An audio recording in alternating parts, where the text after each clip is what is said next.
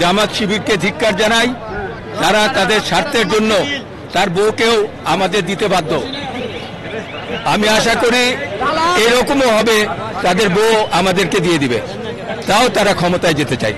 আমাদের নেত্রীর কোনো জায়গা নাই বিদেশে, ওনার জায়গা বাংলাদেশ। ওনার জন্ম হয়েছে বাংলাদেশে, ইনশাল্লাহ মৃত্যু হবে বাংলাদেশে। শহীদ রাষ্ট্রপতি জিয়াউর রহমানেরও জন্ম বাংলাদেশে, মৃত্যুও বাংলাদেশে। তবে মৃত্যুটা যারা ঘটেছে এটা হলো দুঃখজনক।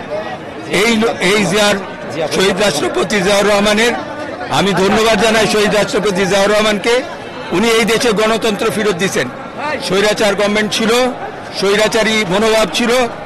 শহীদ রাষ্ট্রপতি জিয়াউর রহমান এসে বহু গণতন্ত্র প্রত্যাবর্তন এই দেশে এনেছিলেন এবং জিয়া পরিবার কোনোদিন দেশের বাইরে যায় নাই আর দেশের বাইরে যাবেও না। আর তাদের ছোট ছোট ব্যাপারগুলো সবাই হাইলাইট করে। হাজার হাজার মাইল দূরে তারেক রহমান সাহেব যখন এই দেশকে সুন্দর করার জন্য, এই দেশকে উন্নতি করার জন্য চেষ্টা করছেন, সেই সময় জামাত শিবির এবং বৈষম্য আন্দোলন যারা এনসিপি, তারা পরিকল্পিতভাবে আমাদের শ্রদ্ধেয় দেশনায়ক তারেক রহমান সাহেবের এই বদনাম করে বেড়াচ্ছে এবং কুরুচি না, এগুলো হলো এই সত্যিকারের কথা। একটা মানুষের মানহানি করা আর একটা মসজিদ ভাঙা একই কথা। কারো মানহানি করা উচিত না। শহীদ রাষ্ট্রপতির সুযোগ্য সন্তান আমাদের শ্রদ্ধেয় ভারপ্রাপ্ত চেয়ারম্যান জনাব তারেক রহমানের নামে কোনো রকম বদনাম নাই আর ইনশাল্লাহ ভবিষ্যতেও থাকবে না। উনি দেশে আসলে আমি আশা করি একটা নতুন বাংলাদেশ হবে। এই বাংলাদেশের প্রাণ যখন বাংলাদেশে আসবে, আমি আশা করি ইনশাল্লাহ ভবিষ্যতে বাংলাদেশের মানুষ দেখবে তারেক রহমানের মতো লোক এই দেশে কতটুকু ভালো করতে পারে, গণতন্ত্র কিভাবে আনতে হয়, স্বৈরাচার কিভাবে হাঁটাতে হয়।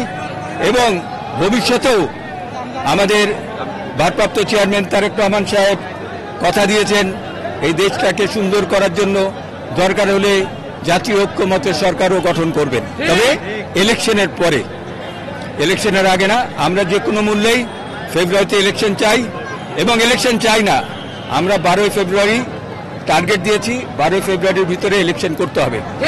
যদি না করা হয় তাইলে যে কোনো পরিস্থিতির উদ্ভব হলে এটার জন্য দায়ী এই সরকারকে নিতে হবে।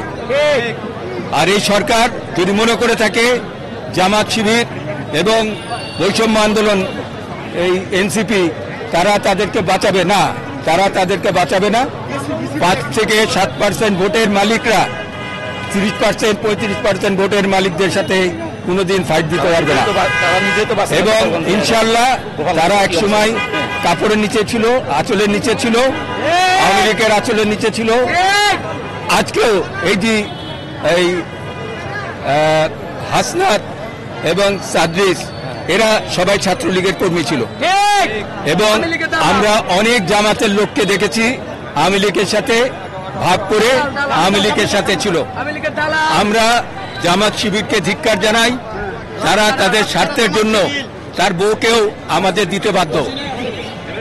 আমি আশা করি এরকমও হবে, তাদের বউ আমাদেরকে দিয়ে দিবে, তাও তারা ক্ষমতায় যেতে চায়।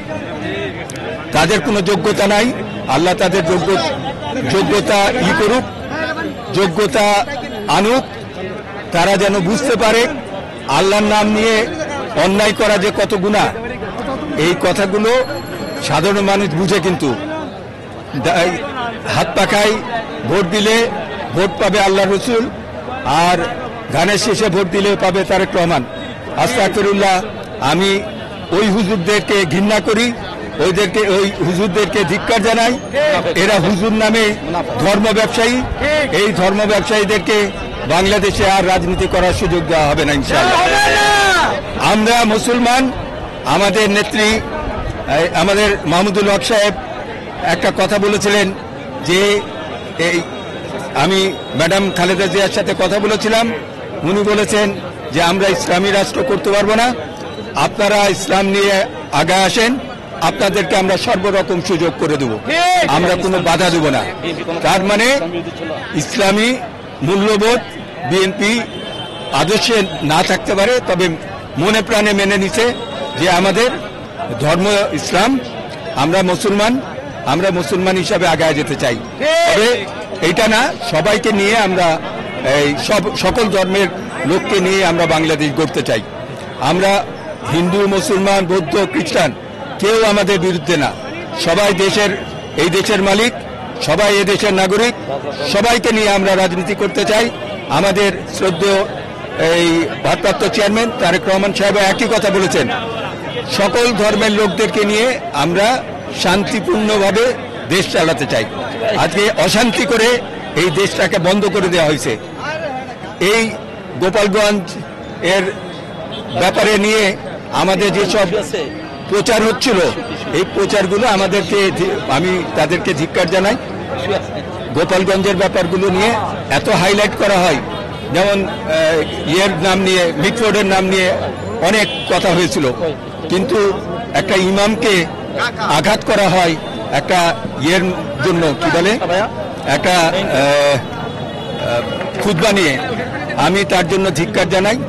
যে লোক করেছে সে জামাত ইসলামীর লোক, ওরা ধর্ম ব্যবসা করে ধর্মের নাম নিয়ে তারা হুজুরদেরকে কুপায়।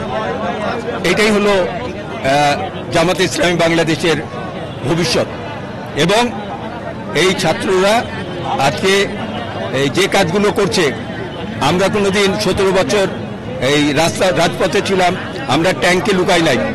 আমরা কিছুদিন আগে টিভিতে দেখেছি আমাদের এই সারজিদ আলম, আমাদের এই কি নাম, হাসনাত আব্দুল্লাহ, এরা সবাই ট্যাঙ্কির ভিতরে লুকাচ্ছে। এটা সত্যি দুঃখজনক। ওদের জুলাই আগস্টের আন্দোলন বিলীন হয়ে গেছে এই দুইটার কাজ করে। আমি ওদেরকে বলি, আপনারা আস্তে আস্তে সামনে আসেন, সাহস নিয়ে আগান, বিএনপি আপনাদের পাশে থাকবে ইনশাল্লাহ। জামাত ইসলামী বাংলাদেশকে আমি বলবো মুনাফেকের দল, যতদিন আমাদেরকে দরকার ছিল ব্যবহার করেছে, আমাদের দরকার নাই, আমাদেরকে ফেলে দিছে। আমাদেরকে ফেলে দেয়নি, আমরাই ফেলে দিছি। এবং তাদের দুঃসাহস হয় কিভাবে আমাদের নেতা তারেক রহমান সাহেবের বিরুদ্ধে কথা বলে, আমাদের শ্রদ্ধেয় নেতার এই ছবি অপমান করে। আমরা এটার জন্য ধিক্কার জানাই এবং পুরা বাংলাদেশের মানুষদেরকে আমরা জানাতে চাই যে এই দলটাকে আর বিশ্বাস করেন না। এরা ক্ষণে ক্ষণে খোলস পাল্টায়। এখন তারা আমাদের কাছ থেকে সরে গেছে, আবার দেখবেন কালকে পায়ে ধরে আমাদের কাছে আসবে। আমি আমার নেতা ভারপ্রাপ্ত চেয়ারম্যান তারেক রহমান সাহেবকে বলবো, আপনি এদেরকে আর প্রশ্রয় দিবেন না। আমি দেশ নেত্রী খালেদা জিয়াকে বলবো, এদেরকে আর সুযোগ দিয়েন না। অনেক দল আছে, আর আমরা যেহেতু ধর্ম বিশ্বাস করি, আমরা মুসলমান, আমরা ইনশাল্লাহ আগায় যাব।